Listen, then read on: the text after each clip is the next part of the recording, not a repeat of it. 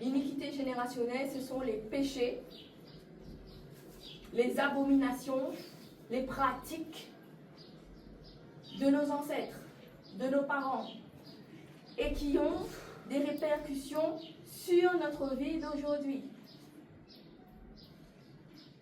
Et ici, on est à La Réunion. Et quand on connaît ce qu'ont pratiqué nos ancêtres, on peut comprendre pourquoi notre vie aujourd'hui est telle qu'elle est. Parce qu'on est lié par les iniquités de nos ancêtres. Et tout ce qui a été pratiqué de contraire, d'abomination contre la parole de Dieu est iniquité générationnelle et nous relie au monde de Satan. Surtout la sorcellerie, l'occultisme, tout ce qui est pratique occulte donne des conséquences sur notre vie. Et c'est pour ça qu'on appelle iniquité générationnelle. Ça veut dire que nous, aujourd'hui, nous, les enfants de nos ancêtres, de nos parents, nous payons le prix pour leurs pratiques. Et quand vous regardez la population de La Réunion, il n'y a pas besoin de regarder loin, juste pour La Réunion. Beaucoup sont en train de payer, mais très cher, les pratiques occultes des parents, des ancêtres, morts ou vivants. Et on peut dire qu'on est lié par ces iniquités-là lorsque nous sommes attaqués par des mauvais esprits, lorsque nous avons des problèmes spirituels. Parce que les esprits n'attaquent pas pour rien. Les esprits ne viennent pas dans la vie de quelqu'un sans motif. Sans qu'il y ait une porte qui a été ouverte. Et cette porte-là, c'est soit vos parents, soit vos grands-parents, soit vos ancêtres qui ont ouvert cette porte. Même ces portes. Ils ont pratiqué la magie noire. Ils ont pratiqué des choses terribles. Et nous, enfants, quand on vient au monde, on ne choisit pas ses parents. On ne choisit pas sa famille. Mais on voit seulement les conséquences sur notre vie. Quand on grandit, pour la plupart d'entre nous, tout va bien. Mais il y a un moment donné, il y a quelque chose qui se passe et qui nous fait réfléchir. Il y a un point donné dans notre vie où ces liens-là vont refaire surface. Comment? Par la manifestation des esprits. Là, on va voir ces esprits manifestés dans notre vie. Et surtout, vous voyez bien que ces esprits-là ne viennent pas pour nous faire des câlins, ni pour nous caresser. Vous allez commencer à voir déjà ce qui se passe autour de vous bouger. Ces esprits-là vont commencer à manipuler la matière. Vous allez voir des choses qui bougent chez vous. Vous n'êtes pas folle, vous n'êtes pas fou. Parce que maintenant, le prix à payer est en train de se manifester. Ces esprits vont bouger des objets autour de vous. Et ça va aller en crescendo. Vous allez voir. D'abord, ces esprits vont commencer à bouger peut-être une petite feuille. Ensuite, à bouger une chaise. Ensuite, une table. De plus en plus lourd. Une armoire. Un meuble dans votre maison va commencer à bouger par les lumières qui vont s'allumer et s'éteindre. Il y a des choses bizarres qui vont se manifester dans votre maison. Alors que vous n'avez pas fait rien du tout, vous n'avez pas pratiqué la magie noire.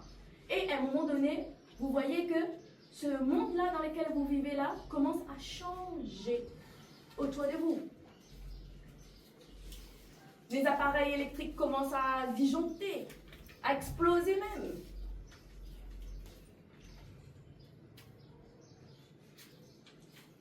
et vous avez l'impression que vous êtes en train de perdre la tête, vous n'êtes pas fou. Hein? Vous n'êtes pas fou. Si vous allez voir un médecin, il va vous dire que vous êtes schizophrène. On va vous donner l'exomine, et qui va vous rendre encore plus fou encore. Parce que vous serez coupé de toute réalité. Mais ce monde-là qui bouge autour de vous, là, c'est votre monde. C'est la réalité. Ce monde invisible qu'on ne voit pas à l'œil nu commence à se manifester à vous. Iniquité générationnelle. Les médecins, la médecine peuvent dire qu'il y a toujours une explication à tout ça. Parce qu'il faut bien trouver une réponse. Mais la réponse, elle est dans la Bible. Et nous allons le lire encore une fois. Exode 20, verset 1 jusqu'au verset 6. Alors Dieu prononça toutes ces paroles en disant: Je suis l'Éternel ton Dieu, qui t'ai fait sortir du pays d'Égypte, de la maison de servitude. Tu n'auras pas d'autre Dieu devant ma face. Tu n'auras pas d'autre Dieu devant ma face. Ça veut dire que vous ne pouvez pas invoquer un autre Dieu que le Dieu de la Bible. Si ce Dieu de la Bible est votre Dieu, vous ne pouvez pas invoquer un autre Dieu qui n'est pas le Dieu de la Bible. Et vos parents, vos ancêtres ont invoqué d'autres dieux qui n'est pas le Dieu de la Bible. Tu ne te feras point d'image taillée, ni de représentation quelconque des choses qui sont en haut dans les cieux, qui sont en bas sur la terre, et qui sont dans les eaux plus bas que la terre. Tu ne feras pas d'image taillée. Ça veut dire que vous n'avez pas le droit, en tant qu'enfant de Dieu, si ce Dieu-là est votre Dieu, de représenter par quel que soit l'objet et par quelle que soit la matière que vous allez utiliser, Dieu, ce qui est dans l'eau, sous la terre, dans l'air. Vous n'avez pas le droit de représenter quel que soit votre niveau de compréhension. C'est une abomination pour Dieu de la Bible. Et c'est écrit, hein? Tu ne feras pas. Ça veut dire vos statues, vos objets qui représentent Dieu là. Il faut jeter tout, hein? C'est une abomination. Dans la maison d'un chrétien, il ne doit avoir aucun objet, aucune image taillée qui représente Dieu. Ceux qui représentent Dieu par un objet. Et ils vont aller caresser, adorer. Oh Jésus, oh Seigneur Jésus. Non, c'est une abomination. Dieu ne peut pas être contenu dans un objet. On n'a pas le droit de représenter Dieu par un objet sur cette terre si ce Dieu de la Bible-là est notre Dieu. Le Dieu qui a envoyé Jésus pour nous sauver, pour nous donner le salut. Tu ne te prosterneras point devant elle.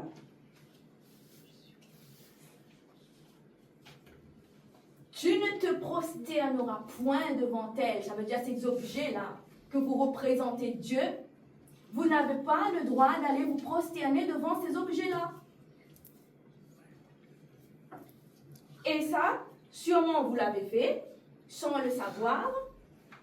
Vos parents aussi l'ont fait, sans le savoir. Et vos ancêtres aussi l'ont pratiqué, sans le savoir. Mais c'est une abomination pour Dieu. Et tu ne les serviras point.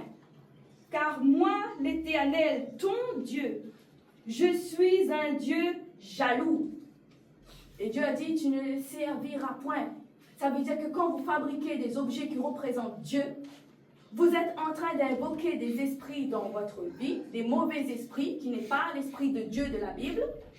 Et en plus, vous êtes en train de vous prosterner devant ces dieux-là et vous allez les servir. Ça veut dire que quand vous avez un problème, vous allez aller devant un objet, une statue, une image ou quelque chose que vous allez prendre pour choisir, pour mettre à la place de Dieu. Parce que vous avez besoin d'avoir une substance qui est là, qui est solide, pour mettre à la place de Dieu. Eh bien, ces esprits-là vont vous répondre. Mais ce n'est pas Dieu qui vous répond. Ce n'est pas Dieu qui vous répond. Dieu ne répond pas dans les objets. Hein. Ce n'est pas Dieu qui vous répond. C'est des esprits mauvais qui vous répondent. Quand vous priez avec des objets, beaucoup vont avoir des réponses. C'est pour ça que Dieu dit, vous ne vous prosternerez pas devant un objet pour les servir, parce que cet objet-là va vous répondre. Et vous allez voir beaucoup d'entre vous là. Vous allez devant une statue, vous priez et vous avez une réponse. Ce n'est pas Dieu qui vous répond. Parce que là, Dieu dit que lui, il n'est pas dedans. Ce n'est pas Dieu qui vous répond. Vous allez entendre des voix, vous allez voir des apparitions. Alléluia, vous allez croire que c'est Dieu. Ce n'est pas Dieu, hein? C'est des choses diaboliques qui vont entrer dans votre vie parce que vous avez ouvert la porte. Parce que vous avez pratiqué l'interdit.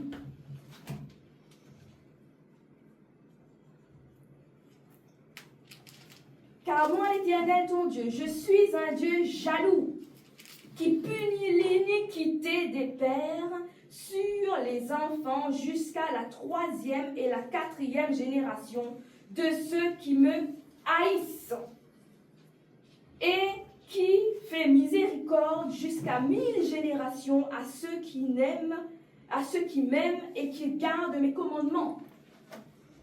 Ça veut dire que le Dieu de la Bible, c'est le Dieu qui est jaloux. Une jalousie qui veut que son peuple l'adore seulement lui. Dieu ne vous partage pas avec un autre Dieu, avec une autre divinité. Le seul Dieu, c'est le Dieu de la Bible. Si vous êtes vraiment enfant du Dieu de la Bible, normalement, vous devez comprendre cette parole. Et quand vous pratiquez ces choses-là, quand vous avez invoqué des dieux à travers un objet, ce n'est pas Dieu qui vous répond. C'est des esprits mauvais qui vous répondent. C'est des démons que vous faites entrer dans votre vie. Parce que vous avez pratiqué l'interdit de Dieu, consciemment ou inconsciemment. Et beaucoup négligent cet aspect-là. Il n'y a pas besoin de grand-chose pour faire entrer des esprits, des démons dans notre vie. Hein. Priez seulement avec une statue, avec un objet qui représente Dieu. Allez prier, allez demander la guérison, la délivrance à un objet en croyant que c'est Dieu que vous êtes en train de parler. Ce sont les démons, les esprits mauvais qui vont vous répondre. Et là, vous ouvrez la porte au diable, aux démons, à Satan, au monde des ténèbres qui viennent habiter dans votre maison, dans votre corps, dans votre vie. C'est comme ça que beaucoup de personnes sont possédées. Les possessions arrivent parce que vous avez pratiqué des abominations qui n'est pas permise par Dieu. Soit vous-même, soit vos parents, ou soit vos ancêtres. Et Dieu dit que si vous faites ça, voilà ce qui vous arrive. Il punit l'iniquité des pères sur les enfants jusqu'à 4 générations. Ça veut dire que les démons qui sont entrés dans la vie d'un père, d'une mère, ces démons-là vont être transférés aux enfants jusqu'à 4 générations. Les enfants vont transférer ces démons-là sur leurs enfants. Et ainsi de suite. Jusqu'à ce qu'il y en a un de ces enfants, de cette lignée-là, se lève et donne sa vie à Jésus. Et cet enfant qui se lève et qui donne sa vie à Jésus, c'est cet enfant-là qui va briser tous les liens des iniquités générationnelles dans sa lignée. Donc pour lui, le combat est terrible. Parce que cet enfant qui se lève dans cette lignée, qui ont invoqué Satan, le diable, les démons, là, cet enfant-là, il devra maintenant couper tous les liens en remontant de la génération là, des ancêtres, pour être libre. Alors vous voyez le travail, vous voyez le boulot.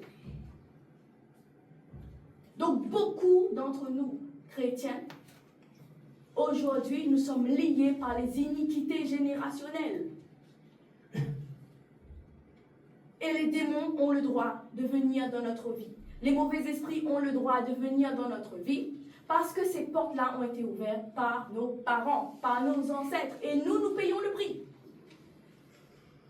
C'est les parents qui mangent les raisins verts. Vous avez entendu ce verset-là. Ce sont les dents des enfants qui sont agacées. Les parents font des abominations. Les enfants payent le prix fort.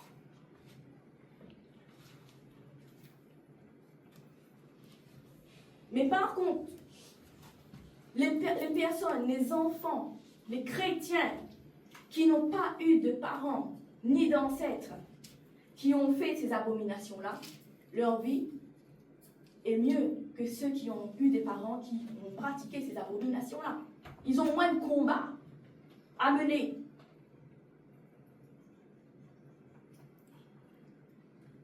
C'est pour cela que la délivrance n'est pas égale pour tout le monde. Ça va dépendre de quelle famille vous êtes issu. Si vous êtes issu d'une famille, d'une lignée de famille qui a pratiqué la sorcellerie, la magie noire, l'occultisme, et toutes les choses diaboliques là, vous voyez le combat qui vous attend. Il faut briser tout ça là. Parce que si ça ne s'arrête pas à vous là, ça va continuer sur vos enfants, et vos petits-enfants, et vos arrière-petits-enfants, ainsi de suite. Mais quand vous êtes issu d'une famille sainte, une famille qui n'a pas touché à ces abominations-là, ces chrétiens-là ont une vie douce. Ils ne connaissent pas ça, parce qu'ils ne sont pas là-dedans. Les liens générationnels, les iniquités générationnelles, les plus terribles dans la délivrance. Parce que c'est Dieu qui punit les enfants pour les péchés des parents. C'est Dieu qui punit par rapport aux parents les enfants. Alors pour sortir là-dedans, il faudra vraiment accepter Jésus, suivre à la lettre et surtout en esprit la parole de Dieu, les commandements de Dieu, et il faut tenir jusqu'au bout. Il ne faut pas lâcher en cours de route, parce que là, franchement, les personnes qui ont des liens là, vous allez voir au fur et à mesure, là, ça sera terrible. Parce que tous les démons, tous les esprits qui ont été invoqués dans vos familles avant vous, vous allez les rencontrer. Un à un. Parce que Satan ne lâche pas. Le diable, quand il tient quelqu'un, il ne lâche pas. Et pour sortir de ces liens diaboliques-là, il va falloir vraiment avoir un mental d'acier, une mentalité de fer. Parce que le diable ne va pas vous faire des cadeaux. Parce qu'il a le droit d'avoir de l'autorité sur vous, dans votre vie. Il a le droit. Et Dieu le laisse faire. Parce que vos parents ont ouvert la porte. Alors si vous voulez sortir là-dedans, donc c'est à vous de vous lever, à vous de faire tout ce qu'il faut pour vous arracher, vous et vos descendants, de cette lignée diabolique. Et Dieu l'a dit. Il est le Dieu qui fait miséricorde jusqu'en 1000 générations à ceux qui m'aiment et qui gardent mes commandements. Ça veut dire que quand vous n'êtes pas dans ces pratiques-là, c'est que vous aimez Dieu. Dieu l'a dit. Et ceux qui m'aiment, Dieu fait miséricorde à ceux qui aiment Dieu. Et la miséricorde, on l'a déjà vu, c'est que Dieu nous aide dans nos malheurs. La miséricorde n'est pas accordée à tout le monde. La miséricorde est qu'accordée à celui ou celle qui décide de sortir de ces liens d'iniquité générationnelle. Ça veut dire que la personne-là décide d'arrêter de faire des pratiques diaboliques de ses parents, de ses ancêtres, vivants ou morts. On entend parler de miséricorde tout le temps. Hein? Dieu fait miséricorde, Dieu fait miséricorde. Dieu fait miséricorde uniquement à la personne qui accepte de briser ces alliances diaboliques-là et qui accepte de renoncer à invoquer des esprits à travers des objets. Là, c'est clair.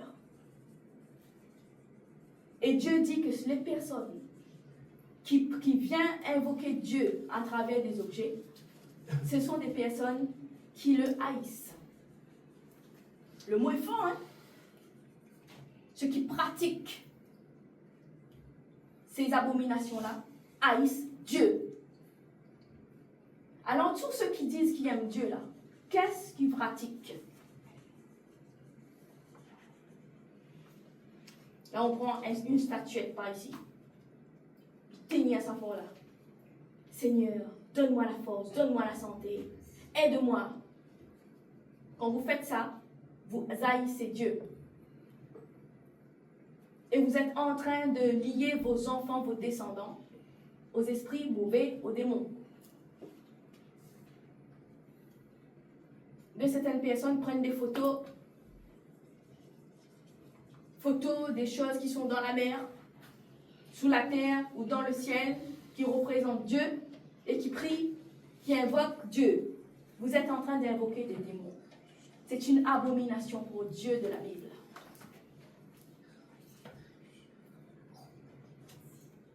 Oui.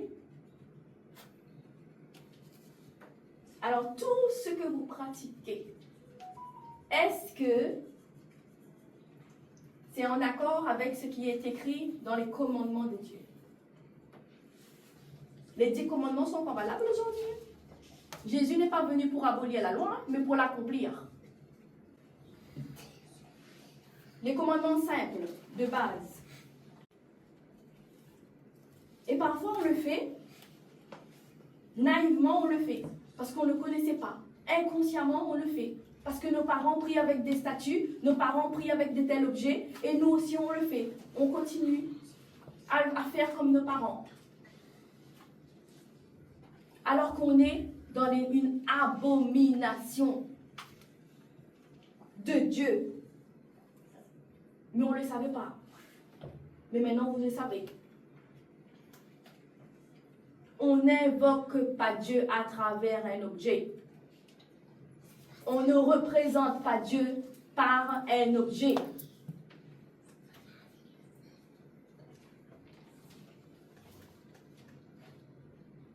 C'est une abomination. Abomination, abomination, abomination, abomination qui entraîne des iniquités générationnelles et que vous allez payer très très cher. Et il y en a qui payent très cher encore aujourd'hui. Pour invoquer Dieu, le Dieu de la Bible, il n'y a pas besoin d'objet. Parce que le Dieu de la Bible nous donne Jésus. Quand on accepte Jésus, Jésus nous donne le Saint-Esprit. Et le seul esprit que Dieu, le Dieu de la Bible nous a donné, c'est le Saint-Esprit. Il n'y a pas besoin d'invoquer l'Esprit de Dieu avec un objet. Et le Saint-Esprit demeure en nous, dans notre cœur quand on le reçoit. Il n'y a pas besoin d'avoir tel objet ou tel objet pour se sentir plus fort, parce qu'on est seul. C'est difficile de prier Dieu sans objet, quand on n'a pas l'habitude. On a l'impression que Dieu n'entend pas. Alors que quand on représente Dieu par un objet, là on a l'impression que Dieu est plus proche de nous. Ah non, c'est faux. On connaissait tous les commandements de Dieu. Mais on a fait quoi avec? Et dans ce texte-là, vous avez la réponse. Vous avez la réponse de beaucoup de problèmes qui vous arrivent. Les esprits mauvais, les démons n'attaquent pas pour rien, n'attaquent pas sans motif, sans cause. C'est qu'il y a eu une porte pour que ces démons entrent dans votre vie et viennent vous démonter et se déchaînent sur vous. Et quand un esprit se commence à déchaîner dans votre vie, là, vous allez voir que cet esprit-là ne vous lâche pas. Ne vous lâche pas. Et quand vous allez remarquer la présence de cet esprit dans votre vie, vous allez voir que les déchaînements vont continuer, hein, mais en plus puissant. Vous allez voir que cet esprit-là va se manifester, mais en plus méchant. Parce que maintenant, vous avez vu qu'il y a un esprit, qu'il y a quelque chose. Et là, maintenant, puisque l'esprit a été détecté, et bien maintenant, il ne va plus se cacher. Au contraire, il va bien se faire voir de vous et il ne vous lâchera plus, il va vous coller. Tout ce qu'il y a dans votre vie, là, il va démonter, il va tout casser, il va détruire votre vie jusqu'à votre mort. Tant que vous ne mourrez pas, il reste collé à vous. Et il va vous tuer à petit feu. Il y a des personnes qui viennent complètement folles, qui sont atteintes de folie, parce que ces esprits-là sont tellement coriaces dans leur vie, que les personnes arrivent même à perdre la raison. Parce que c'est un monde dans lequel ils ne connaissaient pas. Ils vivaient tranquillement jusqu'au jour où il y a eu le déclic. Le démon a commencé. Et vous allez voir, ces démons-là, là, ils n'ont pas le déclic comme ça par hasard. Hein.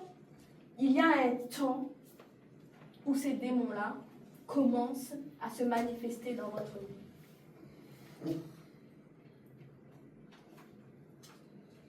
Après un événement spécial, vous voyez que l'esprit, c'est là que l'esprit commence à se manifester. Alors qu'avant, il n'y avait rien. Hein. Aucune feuille qui bougeait, aucune brise, aucun vent, rien du tout. Et maintenant, depuis ce temps-là, depuis cet événement-là, il y a ça qui commence.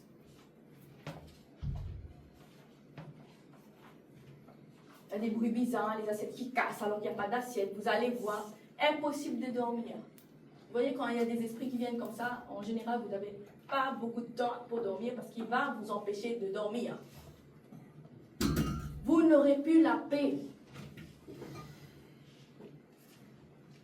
D'abord, l'esprit se manifeste autour de vous. Ensuite, il va commencer à se manifester sur vous. C'est là que vous allez sentir qu'il commence à tirer vos cheveux, qu'il commence à vous caresser alors qu'il n'y a personne. Vous sentez le souffle sur vous alors qu'il n'y a personne. Jusqu'à ce que vous entendez des voix. Là, il vous parle. Ça peut rendre un monde fou, ça. Ça peut rendre vraiment quelqu'un fou. Ça peut donner la folie à quelqu'un. Et quand vous essayez d'en parler, les gens vous prennent pour des fous. Il n'y a personne vous trouvez personne autour de vous à qui parler de ça. Parce que ça vous arrive à vous, pas aux autres. Et la question, c'est facile, hein, on se pose la question, mais pourquoi nous, pourquoi pas les autres? Regardez dans votre famille. Vous allez comprendre pourquoi vous et pas l'autre. Regardez chez vos parents, les grands-parents, et vous allez trouver la réponse. Pourquoi vous et pas l'autre? Et vous n'avez rien fait. Hein. Vous êtes innocent, vous êtes né dans cette famille-là, vous n'avez pas choisi. Mais vous payez le prix. C'est comme ça. Mais heureusement qu'il y a Jésus-Christ qui est venu, que Dieu nous a donné Jésus pour nous sortir de là. Et pour nous donner la paix, bien sûr, à ceux qui acceptent de marcher maintenant dans les voies de la lumière. Et d'arrêter toutes ces pratiques abominables. Et Jésus gagne toujours. Jésus gagne toujours si vous allez jusqu'au bout. Et que vous défendez vous, et surtout votre génération qui vient après vous, hein, votre lignée, votre descendance là. Quand vous gagnez la victoire, si vous gagnez pour vos enfants, pour vos petits-enfants, pour vos arrière-petits-enfants, vous gagnez pour votre lignée. Alors ça vaut le coup de sortir de là. Parce que sinon, ce que vous vivez là, vos enfants aussi vont vivre aussi ça, mais en pire.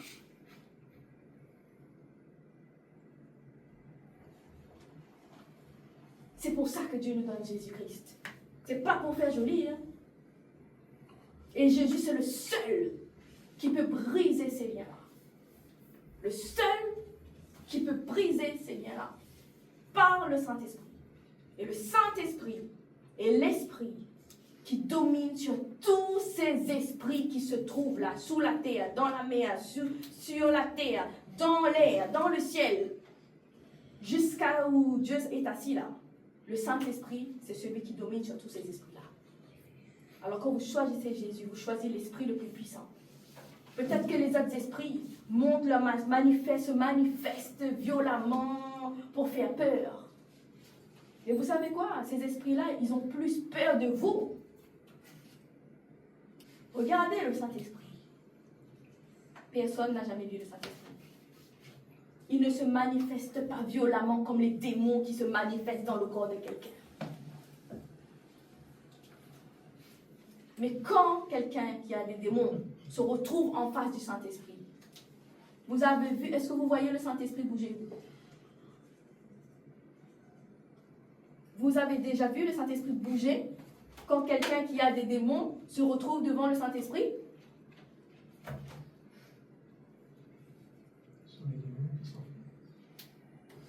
Le Saint-Esprit ne bouge pas.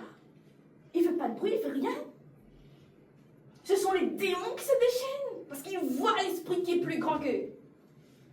Ce sont les démons qui ont peur, qui sont terrifiés parce qu'ils face au Saint-Esprit. Et c'est pour ça qu'ils courent dans tous les sens et qu'ils se manifestent encore plus violemment. Là. C'est le Saint-Esprit qui les met en fuite. Et pourtant, le Saint-Esprit, on ne le voit pas. Il ne bouge pas, il ne se manifeste pas. Mais les démons, là, c'est eux qui donnent à eux en spectacle. Jusqu'à ce qu'ils volent, ils courent, ils sauvent, ils fuient. Le Saint-Esprit est le plus puissant que votre démon. Il n'y a rien de plus fort, de plus puissant que le Saint-Esprit. Le plus grand et le plus puissant esprit que Dieu nous a donné, nous, enfants de Dieu sur terre, contre le monde des ténèbres, contre ces esprits-là. Il faut reprendre les 10 commandements, comme des bébés. Mettre votre vie en ordre, aligner sur les 10 commandements, déjà, on aura la base. Quand tu respectes les 10 commandements, normalement, on n'a pas aucun esprit mauvais qui rentre. Aucun. Aucun risque qu'un esprit mauvais il rentre dans notre vie. Et pourtant, on le fait, on pratique ces iniquités-là sans le savoir. Parce que nous, on pense qu'il faut tuer quelqu'un pour être dans le péché, par exemple. Et comme on tue personne, on tape personne, alors on pense qu'on est bien. Le péché, ce n'est pas de tuer quelqu'un. Dans ce texte-là, le péché, ce n'est pas que vous avez tué quelqu'un, que vous avez fait du mal à quelqu'un. C'est que vous avez fait du mal à Dieu. Le plus terrible, c'est faire du mal à Dieu.